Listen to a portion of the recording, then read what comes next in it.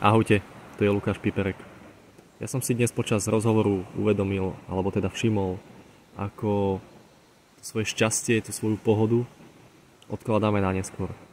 A to sú tie také tradičné vety, ktoré každý z nás niekedy vyslovil, alebo minimálne teda počul, že bude dobre keď. Bude dobre keď už moje podnikanie bude finančne stabilné, bude dobre keď už ukončíme tento projekt, keď už to bude hotové, bude dobre, keď už môj vzťah sa dá do poriadku, bude dobre, keď. A vlastne vôbec si pritom neuvedomujeme, že vlastne týmto myšlienkovým procesom, takýmto zvykom odkladáme pre seba tú možnosť mať sa dobre tu a teraz. Byť v pohode, byť šťastný tu a teraz. A paradoxom je, že keď to, čo si myslíme, že nás spraví šťastnými, nastane, tak väčšinou to prežívanie toho momentu je iné, ako sme si ho predstavovali a nedokážeme si ho vychutnať. A ja vidím také 3 dôvody, prečo sa tomu tak deje. Tým prvým dôvodom je, že to, ako sa cítime v daný moment, nezávisí od toho, čo sa deje, ale od kvality nášho myslenia v daný moment. To je niečo, čo my nevieme predpokladať. My nevieme predpokladať, ako budeme myslieť a tým pádom, ako sa budeme cítiť v nejakej budúcnosti. A napadá mi pritom skúsenosť môjho kamaráta, ktorý povedal, že 5 rokov sa tešil na to, ako vyštuduje vysokú školu a radosť po úspešnom ukončení štúdia trvala cestu výťahom. A myslím si, že každý má podobnú skúsenosť, kedy sa konečne stalo to, na čo sa tak tešil a nakoniec to bolo úplne iné. Druhým dôvodom, prečo si nedokážeme vychutnať to, čo sa nám podarí, je, že cítime strach. Cítime strach z toho, že to skončí. Čo je logické, pretože všetko, čo vznikne, raz zanikne. A ako mi raz vravel jeden brankár hokejový, ktorý chcel, aby konečne vychytal aspoň 5 zápasov po sebe, ktoré budú víťazné, a keď sa mu to podarilo, tak sa začal naopak, namiesto toho, aby sa tešil, tak sa začal báť toho, že kedy to skončí.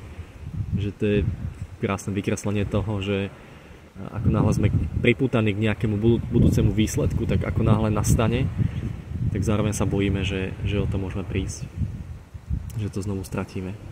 No a tretí dôvod, prečo sa tak deje, je, že určite sa vám niekedy stalo, že ste dosiahli, čo ste chceli, a potom ste sa pýtali, dobre, a čo ďalej?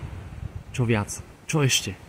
Čiže namiesto toho, aby sme si vychutnali to, čo sa zrovna teraz deje, tak naša myseľ nás zase zoberie do nejakej fiktívnej budúcnosti a predstavujeme si, čo ešte by bolo skvelé, keby sa stalo. Bez ohľadu na to, ktorý z tých 3 dôvodov si všimneme, tak v podstate na pozadí všetkého je myslenie. Naša schopnosť abstraktne myslieť je skvelý nástroj, ale ako každý nástroj, keď je využívaný nesprávne, tak spôsobí viac škody ako úžitku. Keď sa pozrieme sedím teraz v prírode, takže keď sa pozrieme na zvieratá, tak vieme, že keď sú hladné, tak lovia a jedia. Keď sú unavené, tak spia a oddychujú.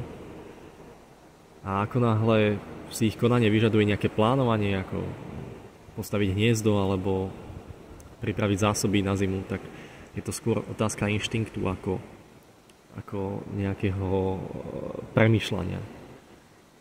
A ukazuje nám to, aký ten život môže byť jednoduchý v momente, keď sa sústredíme iba na to, čo je teraz.